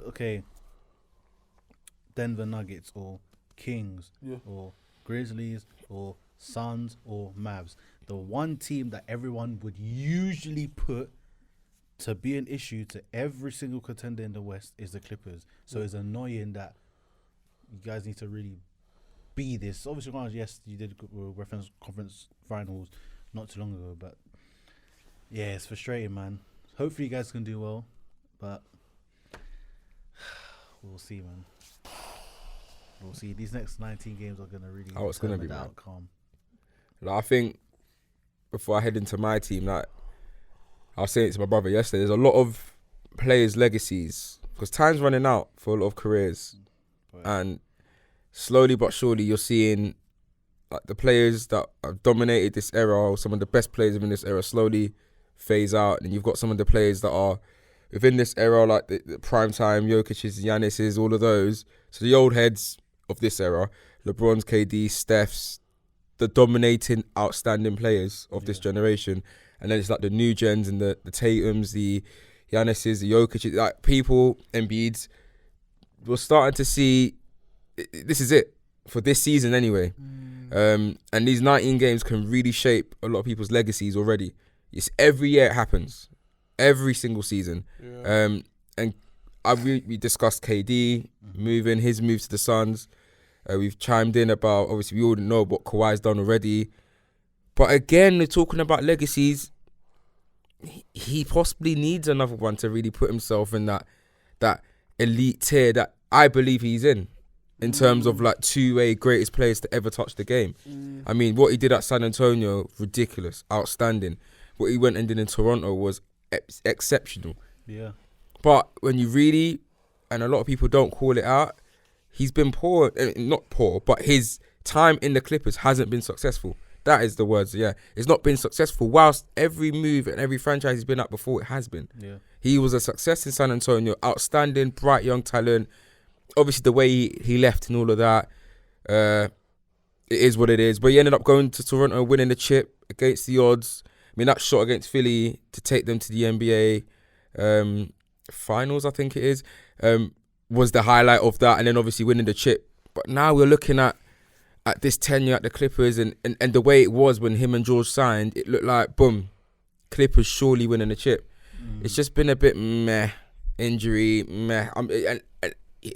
Before I talk about the Lakers, Kawhi needs to possibly look at himself in terms of everyone knows him as a player, he's elite. But to be one of the greatest of his position or two-way players of all time, I think he needs one more. And yeah, this is the time to make it happen, see what they can do. Yeah. And I think whilst I'm transitioning to my team, as we are speaking about LA, fuck them niggas. Yeah, we've lost GOAT man LeBron for 3 weeks. The side news, man. The side news. It's going to be reevaluated in 3 weeks. I think you man are done. It's very worrying. It's like, I think you man are done. That is worrying because everybody knows AD. I mean, he did not play yesterday. No one knows. Luckily, we got the win against OKC. But I'll be honest, like on Sunday, the comeback against Dallas, I was going crazy. I said we're winning it all.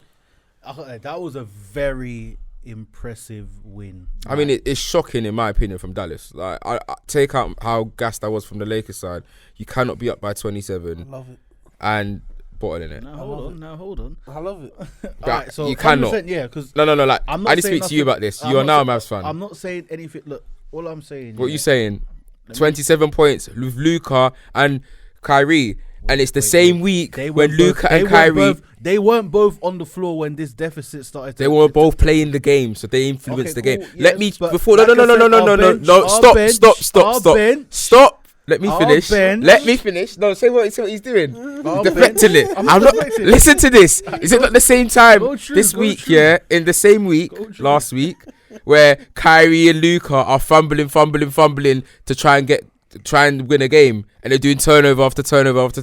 What's that about? No. 2 games that week, the Mavs lost because of Kyrie and Luka's inefficiencies to close the game together. Okay, no.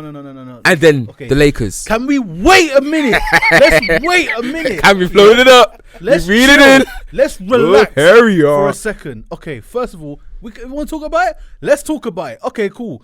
Everyone wants to come and point the finger. Let's wait a minute. Yeah, cool. So, first of all, adjustment period. Yeah, It's not going to take a few games for it to happen. But KD took 1 minute, 1 game. He was ready. Gosh, bro, come on.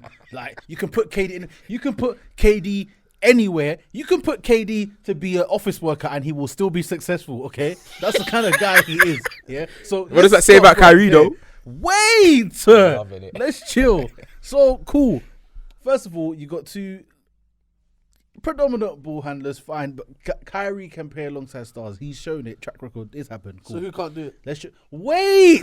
Let's not put those questions because it's not that Luka can't. It's an adjustment period. But when that point, what that happened was, what had happened were, what had happened was, they was both trying to give each other the shot to take, where it's like, because it's not like, I'm not saying they didn't want to step on each other's toes, but they was like, okay, I want you to take the last shot, and like, no, you take the last shot, no, you take the last shot. So it was kind of like, because first of all, the inbound to Luka made no sense, because look what happened. It made him go all the way to the backcourt. That was dumb, daft, stupid. That should have never happened. Yeah, cool. So that one was a little, he said, she said, cool, it happened. The Lakers ones, that one was very, very poor. I understand that one was very, very poor. We should have really and truly, we should have won that game. But, Lakers acquired some good pieces who play defense, and we've just gutted a lot of our wings, yeah? What does that have to do with anything? We're talking about you man on offense, not you man on defense. Offense is fine. No, offense was fine. But it wasn't fine, though. That's right. You spoke about Lakers defense. What does that mean? That you man's offense? What happens? I think when I don't know if it was Kyrie or Luke or if they both came off. I think did they both come off at some point? I think they both did. Or no, Kyrie came off and then they started to drop a bit because then we went to same back. Luka trying to do a bit too much, and sometimes he's scoring, sometimes he's not. Kyrie came back and started going crazy again to kind of cut it down. So it was just tough. It was just tough. Like, it happened. You've gone 0-3 since Russ, yeah? And what are they? 1-4. Yeah, you man really can't talk. You're 4-6 in your last 10 games. And you're 1-4 since they played together, since they joined. Don't you dare do that. Yeah, we went to Kyrie first game. Those 2 games won. Back to back. Parada, we won. You're 1-4, bro. Since they played together, you were 1-4. Well, since they've both been on the court. Let me tell you something, Rodney, yeah? Players. Kyrie played 38 minutes. Luka played 36. Rodney, I said this to Jules on the way here. Why can Luka not be astronomical Luka when there's another good player next to him? It's a sacrifice. It's not a sacrifice, but it's what I'm saying to you, bro. That guy can only do that ridiculous nonsense when it's him out there by himself. That's where he thrives the most. That is where people are gonna say, "Oh, that guy's gonna be a Hall of Famer. That is gonna be this. That guy's gonna be that." Bro, him next to Kyrie, he looks human. Does he not? He looks normal. It's not that. He looks normal out there, bro. Bro, he's sharing the ball. And it's like things on his bro. He's another star. Okay. So he's sharing the ball, but he had 5 assists. He's sharing the ball, but he had 5 assists. That game, yes. What, against the Lakers? Yes. He's sharing the ball. It is the game we're talking about right now. He's sharing the ball, but he had 5 assists. Carries to the other half, like raw, innit? Rodney. What? Rodney, this is what I was saying. Luka's scared of Jalen Brunson. Yeah, he's scared of KP. They give him Kyrie now. Kyrie's putting up better numbers than both of them, and they still can't win games. No, to be fair, and you're gonna blame it because what? Dorian Finney-Smith ain't there no more. No, I'm not gonna. Do you know what, AJ? It's just our supporting cast. Like, bro, I'm gonna say, look, what? Our supporting cast. So let me just say something. Look, just that game, yeah. Tim Hardaway Jr. gave us 17, 4 and 2. Not bad. You got 17 from Tim Hardaway Jr. as well. 17. Oh, he was splashing from 3. Yeah, Tim Hardaway. He didn't start. I don't know why, okay. but we started Justin Holiday. I'm sorry, he's not his brother. Wow, stop crazy. doing that. That's what I'm saying. That was a mistake. But he actually got a few big threes. He didn't have the 6 worst. points, Julian. I don't care about that. He hit 2. Okay, bro. 6 points. Tim Hardaway Jr. had 17. Yeah, who else? Played 4 minutes less than Justin Holiday. Okay. Those 4 extra minutes should have gone to Tim Hardaway Jr. Okay, who else? Yeah. Christian Wood gave 14, 9 and 2. So they did their jobs. They did their jobs. Okay. Yeah. They did their jobs. Here's my issue. Let me, because I can't remember his first name. I don't even have the respect to remember his first name. What's his last name? Dwight Powell. Yeah. Issue.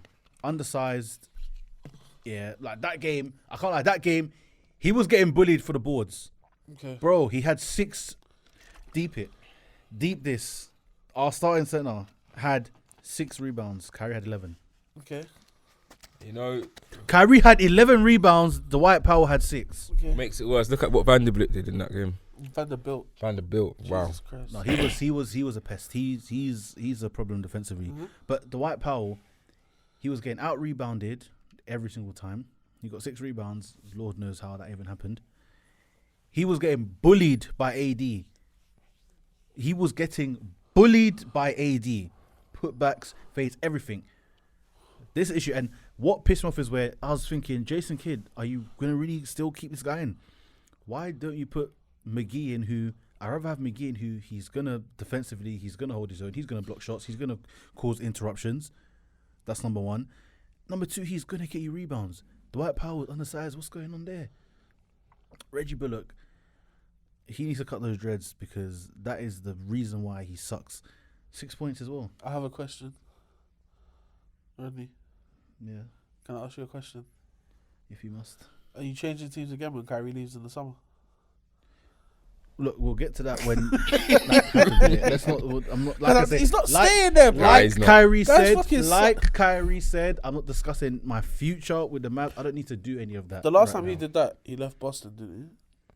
What's it? I'm not discussing. I'm not discussing. Bro, my future. all I'm gonna say is, yeah, like everyone can see, the Lakers is you get what you're given. Some days we're hot, some days we're cold. Yeah, 100%. Most days it's very cold. And most days it's very I cold. heard it was actually raining and snowing in California recently. No, it was snowing that day, bro.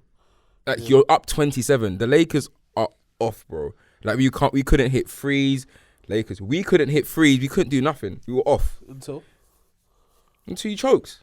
I mean, like, we got a bit of rhythm, but we disrupted your play. But I just don't understand. Is the third quarter that really? No, but we battered you in the third quarter. But what I don't understand, really and this is something that you need to address, because you would never win a chip with this too if you can't. I How saw them. you, I Dallas? said I saw them. You cannot be up 27 in any game with Luka. Kyrie and Luka both fit and playing the I game. can't lie, that was poor. It's not like one of them got fouled out. It's not like one of them got I injured put my mid-game. hands up.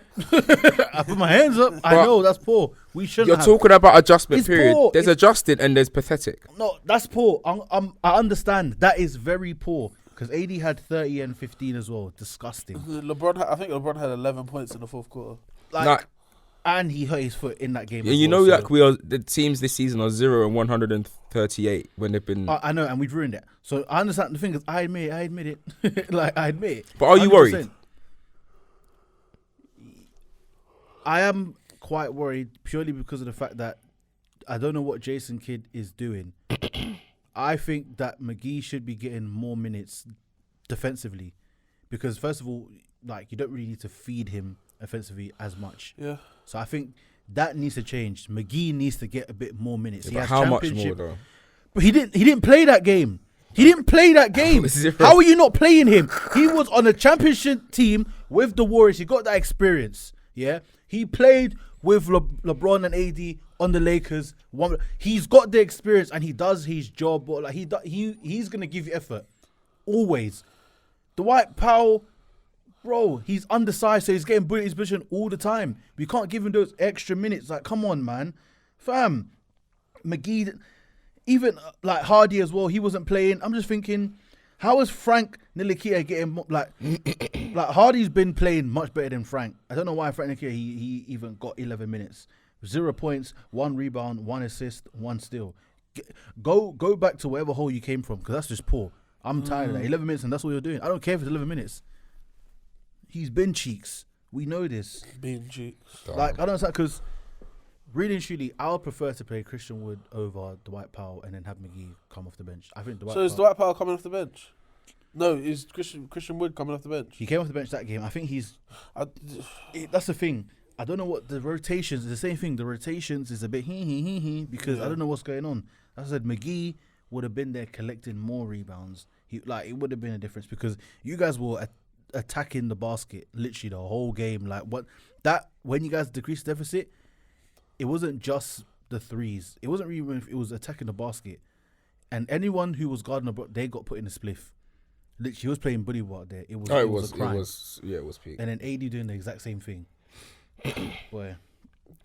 But LA. I mean, Jules, talk about yeah, it, to time back to you my, lot lost, yeah, to my LeBron. team, we've lost LeBron. Obviously, we're in a predicament. Good win against OKC though. I mean, yeah, it was a good Without- win. we're not but it's talking about a OKC. very important fact, because it's not just LeBron who's not there anymore. And this is AD the issue. played. AD got hurt from getting dunked on. I mean, it doesn't make We sense. don't know what Who was it? Jaren Jackson Jackson Jr. Jr. absolutely The night spiked before. the basketball on. But I think he hit his elbow. His elbow hit. His I don't care. know. Like, I don't understand. I don't Pussy, think man. he was. I don't think he was injured. So Can you? yeah. Yeah, I don't understand, I don't think he was like, this AD human being, bro. Like, I'm getting tired of it. Like, I've said, and on Sunday, I was talking my shit, bro. I was saying, what? Bro, fully healthy, no one's beating this in a 7-game series. I was on smoke. I was probably a bit drunk, so allow me in it. But he was drunk. He was I'm a drunk. little snip. a little bit, I'm a little a little drink, you know. But no, to be honest, like, you look at it, like, I understand LeBron's out, innit? Like, he's out. 3 weeks been confirmed. But our issue's been for so long. This AD guy, like, he's so bloody fragile. Like, bro, why are you not playing yesterday? Like, credit to, I think, Dennis Schroeder, balled out. He dropped 26 points. I mean, everyone chipped in to get a big win. Obviously, SGA weren't there either. But we can't afford for both of them to be out. Like, LeBron, we see it father time. Like, he barely misses. He's been there this season. AD is actually getting frustrating. Like, it's jarring. Like, you have to be there. Like you said, why did you not play yesterday? Why are you injured? What, because you literally got dunked on, What bro? was the injury though? the dunk. He got dunked on. Listen, but what did they state? They haven't said. They haven't said anything. I Just don't know why he DMP, was bro. Nothing. He did not play, and that's it, bro. He was embarrassed. To turn up the next day. So I worry about the state of where we're gonna be going the remaining of the season, because obviously LeBron being out for 3 weeks, the playoff starts in 6. It's half of the time remaining of the season. That's a big miss, man. And now you're That's saying, reevaluating. and now what you're saying is in those last 3 weeks, you need your 38-year-old best player who probably shouldn't still be your best player. Exactly. Play it out of his mind to get you guys into the play-in. And it's sad because like the team is constructed well. Like since the trade deadline, I really like the team. I mean, Vanderbilt's come in. I know Malik Beasley he takes high volume, as we've said on the pod, high volume shooter, takes a lot. Some days he's on, some days he's off. But defensively, what they've brought in, I like to see more of Mo Bamba. But like the whole team is a lot better. Troy Brown Jr. stepped up from the 3-point line. Yeah. We are a better team. Schroeder's playing better. Like overall, I like this roster a lot more. But the issue is we won't see the potential of this roster because AD can't stay healthy. Like as much as LeBron's missing 3 weeks, we still should be able to do it. At least go with a fully fit AD to go to some of these teams and maybe say, you know what, LeBron being out, we'll win some, we'll lose some. But you're not there, so you're not even giving us the chance to compete.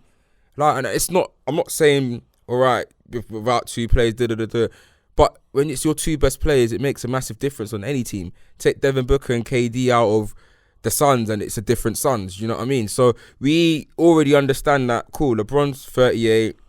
He's the GOAT, and he's been there. So this is nothing on him again. Like nobody out here can come and say LeBron's not been doing this thing. But I'm just bloody frustrated and tired of seeing DMPs from AD. Like I'm glad we got the win, but that could have been a loss. And it's like, why aren't you there? And it's all the time. Like people make jokes that I don't know if you guys saw like the Celtics coaches, what they do, like roughing up. But the jokes are in the comments, and it's true because I laugh at it. But someone was saying when the Celtics coaches are doing the pre-game warm-ups and they're actually roughing up the players, but it's a bit of banter. AD would be injured, and the funny thing is, people make jokes about it, but it's not even that. It's true. Like the guy would be injured. I don't know what it takes for this guy to stay healthy. I don't know what's going down in his diet, what is going down behind the scenes, what his body management is like, his recovery. I don't know if he invests into it like what LeBron or Ronaldo that we see in football, what the elite athletes do. I don't know what's going on behind the scenes, but he is really hindering, and a lot of people won't say it, but there's like a stage of LeBron's career. Like LeBron, when AD came to the Lakers, he put a lot of his faith and his trust in AD being with him to guide him to the next championship. He did. Cool. We did it in the bubble. But that's not enough for someone of LeBron's greatness. He's been so great within his Lakers tenure that we could have won another one. But your healthness, your availability and your lack of health has really been a detriment to LeBron's latter stage. Like, I don't want anyone saying anything else. Like, we could have won things. We could, do you know what I mean? We could have gone back to back. There's nothing stopping us from, when everyone is fit, going as far as we can really go. Like a couple teams might beat us, but we'll be within the fighting chance in any playoff series against anyone. But the issues that we've got is rhythm. AD comes back, it takes him a game or two to get into that rhythm, then he starts playing the bully ball AD, rebounds, dunks, like what you were seeing against you guys, getting those putback dunks, rebounds, that aggressive, but it takes him like 2-3 games to get there. Yep. So I'm like, you miss games, you get injured, you come back, it takes you like 2-3 games to get there, but in those 2-3 games we're taking L's. Then you come back, cool, you move bully boy dish, you're doing your thing, you're getting your 28, 30 points, 15 rebounds, you're dominating, you're getting loads of offensive boards, you're shoving people out of the way, getting and ones, looking all hard, Then you get injured the fucking next game, bro. Then it's like, it's the same shit. And it's like, bro, you are a number one option. You're meant to be, but you're not because you're never fucking there. And I'm so sick and tired of it with our team being a constant cycle where we're getting a bit of a loop, we get on a 5-6 game winning streak, everyone's fit, then someone gets injured and it's lost. Then it's usually AD. And it's the reoccurring thing. And it's now getting to the 10, you're like, bro, do we trade this guy, bro? Like, end of the season, I don't know if you've got the balls to really look at and evaluate if you really want to do this, but like, you've got to deep it. Like, this is a franchise with the GOAT. And he's playing at a mad level. it's peak because like even D'Lo goes down. LeBron, obviously D'Lo's day to day, so but LeBron's one that's gonna hit a lot. That's gonna hurt. He's But- reevaluating in 3 weeks. Yeah, by the way. reevaluate. That doesn't It's even not mean like- he's coming back. Exactly. So that's very tricky. So you need because when LeBron comes back, he'll be fine. Like he'll be fine to do even if it's a bare minimum where he has a whatever. But you need AD to be on form, on rhythm. So he needs to be there. He needs to be available. Obviously, once D'Lo comes back, AD if he is available, he's there. Rui's gonna get some more minutes. Like he's gonna spread because now that you've got other people and pieces, it's not like it's peak. You've still got. You can still put something out there. You can still have D'Lo, Schroeder, Lonnie, all these other guys, Rui, Mo Bamba. We have all these guys, so you still got a roster to put out there as long as AD's available. That's Even the if he's thing. not available, you still got something out there, but it's going to be questionable if you guys will win. So he needs to be there so at least you guys can make the play-ins at least at bare minimum. Look, bro, I'll be real, innit? Like, we have been in a position all season where we've been playing catch-up.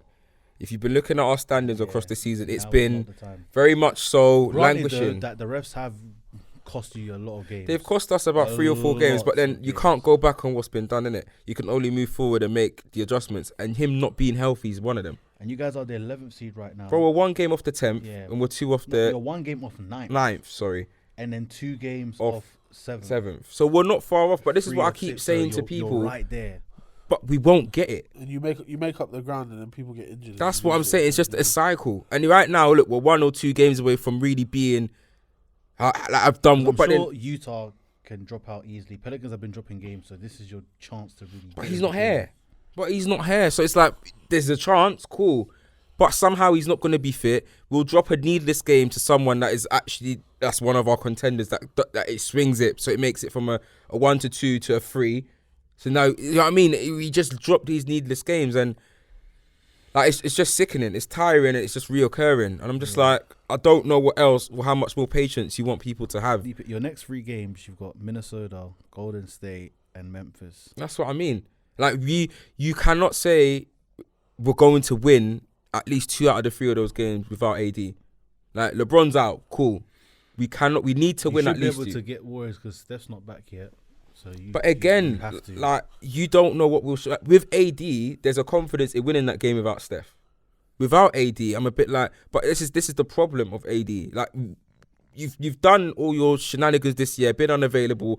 Be fit for bloody the remaining of the season. That's what I want you to do. Just be here and give us a fighting chance, innit? Like don't want to ramble on too much about the Lakers, but I just think I'm just so sick of it. Like it's just jarring. Yeah, you don't have quite a bit to do, so you got to make the grounds of that, man. Otherwise, it's going to be very, very Bye-bye. techy for you guys. Yeah. As much as Cam wants You it to don't- happen. Yeah, you don't want What do I want to to miss happen? another postseason. The Lakers man. not make the postseason. I want you guys to get there just to lose in the first round. Thanks. Obviously, since we don't have much left, so we'll just round up with a few side things. One thing, well, yeah, a few side things. So, number one, I think the Hornets done the right thing. Well, they done the right thing too late, but Lamelo Ball fractured his ankle, so he's done for the season. Yep. They should have shut him down time ago, to be honest, because Yep. this was going to be a wasteful season. So, I mean, why did they bring him back? Like the injury he had before, It was the clearly. ankle, and it was the same ankle. That's so what No, mean- this one's different. different Oh. ankle. All, I thought it was yeah, the same. but the first 2 injuries he had was in his left one. This one's in his right, or the other way around. But Yeah, either but- way, it's a different angle. He's Yeah. I don't know what's going on. Them ball boys. Them ball boys, yeah, Boy. it's a howler. Yeah, but you know what? Charlotte are the only winners in this situation because Yeah. Melo's got an extended summer now to chill, get better, work in your game, recover. You know, Get all strong that as well stuff. because he's got some small ass calves. Yeah, he needs- boy.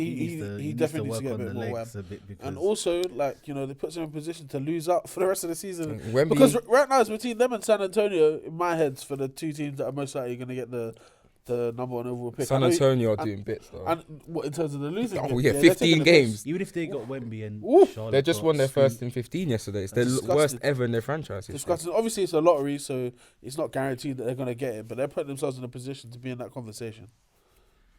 Yeah, so boy, Lamelo, grow them cast, man.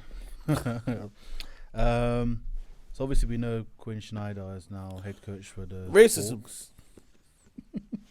You won't speak on this? Huh? You won't speak on it? I haven't got much to say apart from racism. I don't understand how they keep giving coaches jobs after they fail at one place. They say, oh, let's see if you can not fail here. Bro, like you had Donovan Mitchell, Rudy Gobert made zero adjustments and rotations in Utah in the playoffs for over a period of time. You lost to the Clippers who didn't have Kawhi Leonard. And now you're telling me that you're getting another job with another All-Star. Make it make sense, please. Boy. They should have got Ime Udoka as much as the Madden season. Oh, like it's just. Come on. Like, look what he done last season. If he's allowed to get a job, I don't understand why he But did. really, I'm hearing like 3 or 4 teams are actively trying to make moves. Like I'm hearing the Bulls and Billy Donovan could be one. There's loads of teams that should be chiming to get. I mean, like you said, if he's able to work, it's a no-brainer. Yeah, I'm with you on that. I don't really understand. I mean, I don't know if it's the name or what he will, but will he make a massive difference where you're looking at the Hawks and saying they'll elevate? Do you know what I mean? I don't. Boy, it's not my franchise. I mean, they're quite a young team-ish, but I don't look at Quinn Schneider and the Hawks and think that's gonna. Do you know what I mean? Work or is gonna make a difference. Like if they got Udoka, I'm like, all right, cool. He'll make something because he'll make the Celtics. That's what I mean. He turned their season around halfway. So yeah, but I just believe the way he even constructed that roster, he would look at it and say, cool, we got Dejounte Murray, we got Trey. Now let's see what we can really do. This John Collins situation that's been hanging over our franchise for a while. Try and make the remaining moves work out in order to get something. Yeah. Like be able to, I don't know, but to be able to just make the roster work a lot more than, like you said, Quinn Schneider didn't make Donovan Mitchell and Gobert any better. I mean, build a team to make them any better.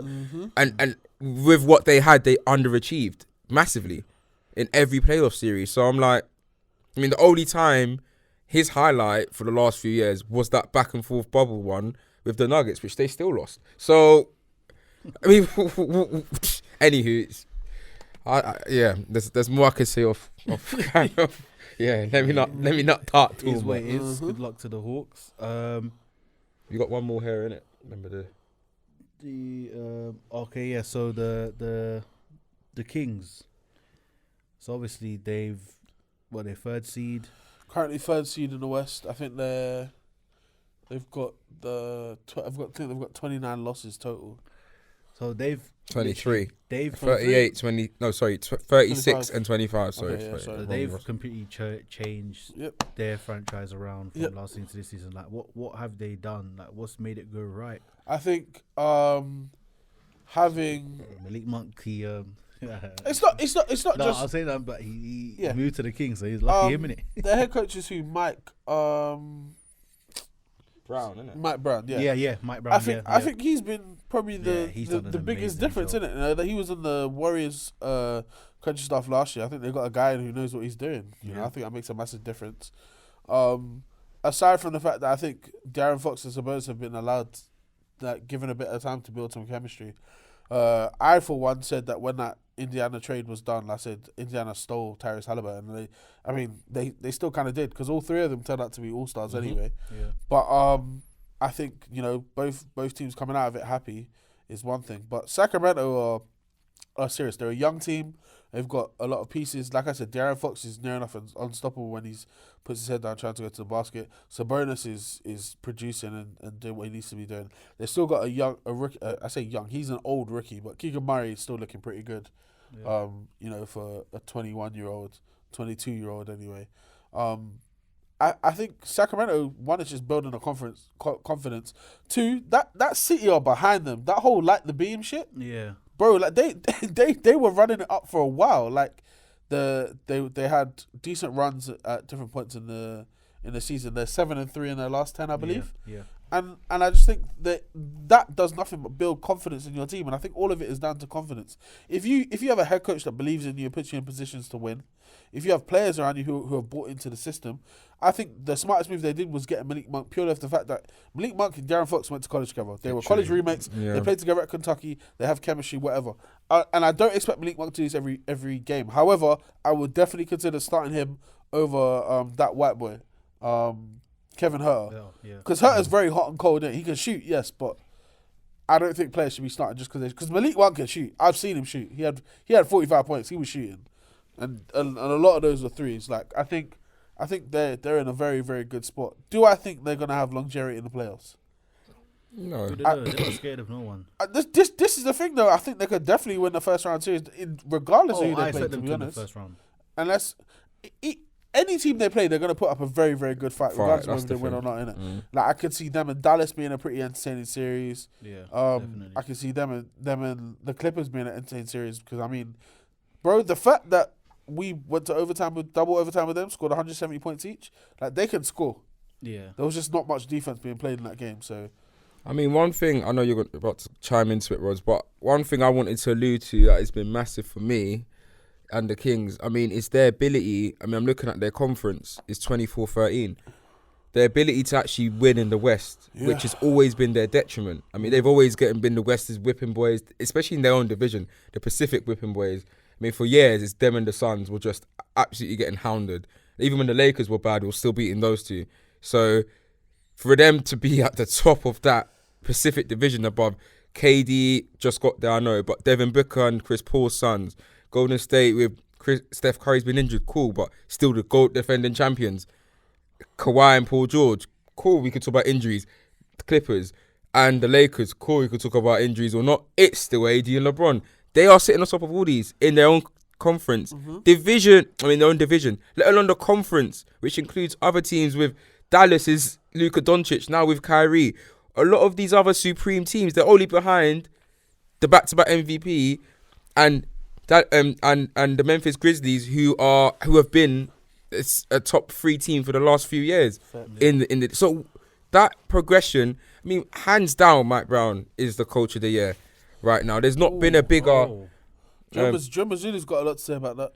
Yeah. No. I would say Joe Mazzulla's got a lot to say. Joe about Mazzulla has. I understand that, yeah, but obviously. Remember, they were already number one, though. He was there I'll when they went I'll to bet the you a lot of finals. money Mike Brown will win. Even if he does that, I know he's not. It should gonna be win. out of Joe Mazzulla and Mike Brown. Yeah, to me, it's that. But for me, hands down, it's Mike Brown. Because that, from where they were to where they are, is insane. For the Sacramento Kings, who've been bantered for, I think, the longest playoff drought. I mean, they're really the deal, bro. Like, I thought they would do it Utah, kind of drop off a little bit, but they've kept at it. So credit to them. Yeah, no, honestly, credit to them. So we'll see how far exactly the Sacramento Kings go. But unfortunately, we have run out of time. So Out of time, baby. we out of time. But make sure you follow us on all socials as well at Take Two and Podcast on TikTok and Instagram. And on YouTube, on Twitter at Take It to the Pod. Follow us on Twitter. Yeah, we want these followers up. So every time you listen, go on the Twitter, follow your friend, follow your gran, follow everyone. Go and follow. Yeah. And just keep rocking with us, keep supporting, and yeah, man, we here for a good time and a long time. And the injured time. Over and out, baby. We out.